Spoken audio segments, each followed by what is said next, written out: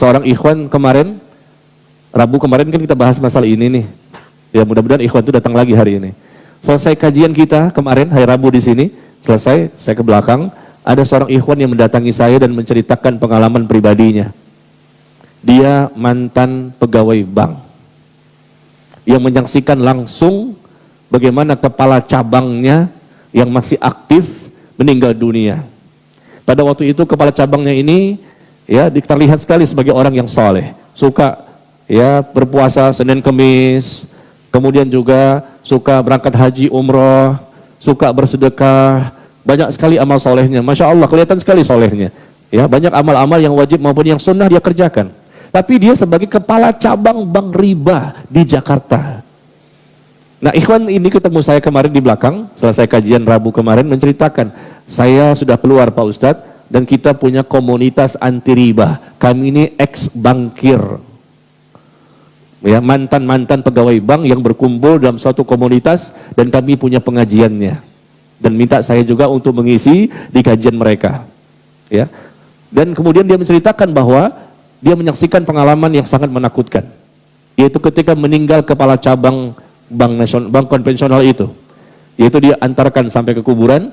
Ini kisah nyata ya, bukan sinetron. Ada nggak orangnya di sini? Ada nggak sih ikhwan itu? Ya, dan saya percaya, insya Allah dia pun berani bersumpah atas nama Allah. Dan dia menyaksikan peristiwa itu bukan hanya dia, tapi juga teman-teman dia yang lain. Barangkali antum sudah pernah membaca ya, di sosial media tersebar berita seperti ini. Ini kejadian setahun yang lalu, dia simpan, dia tidak diucapkan, takutnya ghibah. Saya katakan, jangan, ceritakan ke orang lain, tapi jangan sebutkan siapa namanya. Kan orang nggak tahu. Kasih tahu aja, ini mantan kepala cabang bank konvensional di Jakarta, banknya nama apa? Nggak usah kasih tahu lah banknya. Nah, kemudian dia menceritakan kemarin di balik hijab ini kemarin Rabu yang lalu bahwa dia mengantarkan sampai ke kuburan. Nah, kemudian dikuburkan si mayit. Nggak ada apa-apa. Memang kadang-kadang diperlihatkan oleh Allah, kadang-kadang tidak diperlihatkan adanya siksa kubur itu. Ini salah satu yang diperhatikan, yang dilihatkan oleh Allah kepada para hambanya. Ternyata setelah dikuburkan, datanglah rombongan keluarga mayit yang lain. Ternyata mereka salah memasukkan ke liang lahat. Sekali lagi ya, bukan sinetron nih. Sinetron memang ada seperti ini juga, ngikut-ngikut itu. Iya.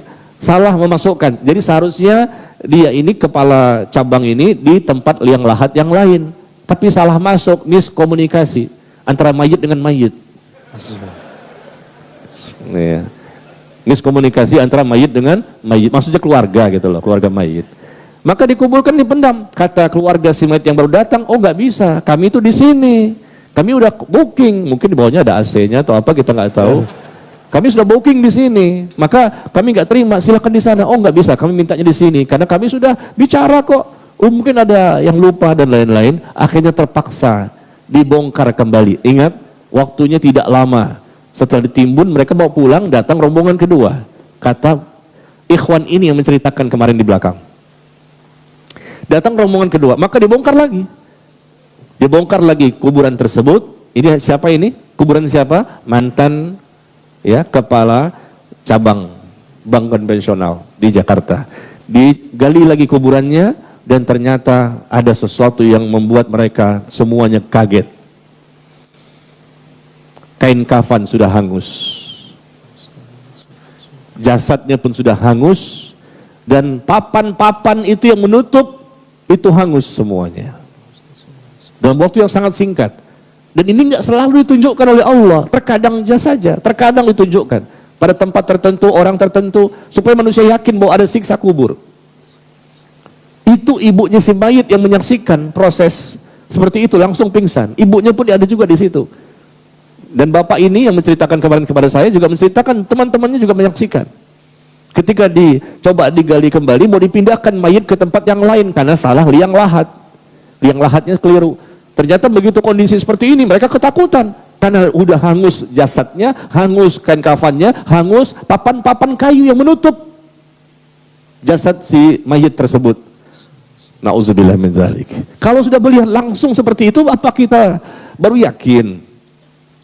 Sebetulnya tanpa itu pun kita yakin ini dosa besar, dosa riba, bekerja di riba, makan harta riba.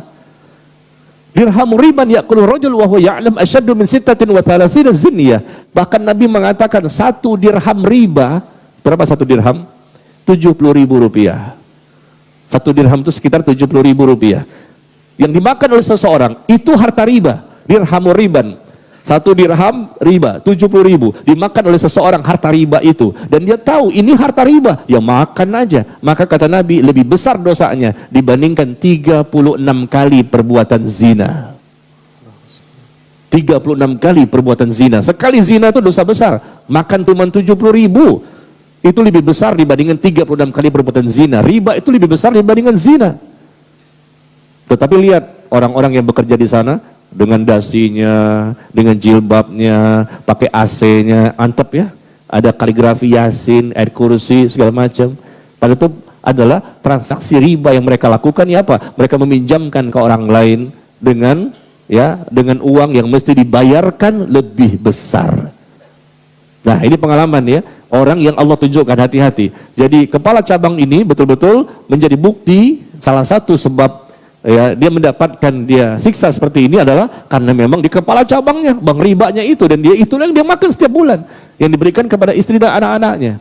Akhirnya apa yang terjadi? Keluarga si mayit yang tadi minta dibongkar mengatakan tutup saja. Mereka nggak berani. Jangan sampai mayit yang kedua masuk situ angus juga. Gitu ceritanya. Jadi mereka ketakutan, kata ikhwan yang kemarin cerita di belakang layar. Jadi ketakutan, akhirnya apa? Ditutup. Udah gak apa-apa, kita kami pindah ke sana aja. Tapi ini kan udah terlanjur, gak apa-apa. Coba dari tadi begitu ngomongnya. Iya, udah kebuka begini, ya udah tutup lagi. Akhirnya jenazah yang kedua dikuburkan di liang lahat yang lain. Nah ini membuat kita harus lebih waspada ya. Waspadalah ya. Karena ini pasti ada balasan dari Allah bagi orang-orang yang mereka ngeyel, mengingkari, berpaling, membantah. Di dunia terkadang Allah berikan balasan, tapi terkadang tidak. Nanti balasannya sekalian di alam kubur. Alam pertama, kehidupan akhirat.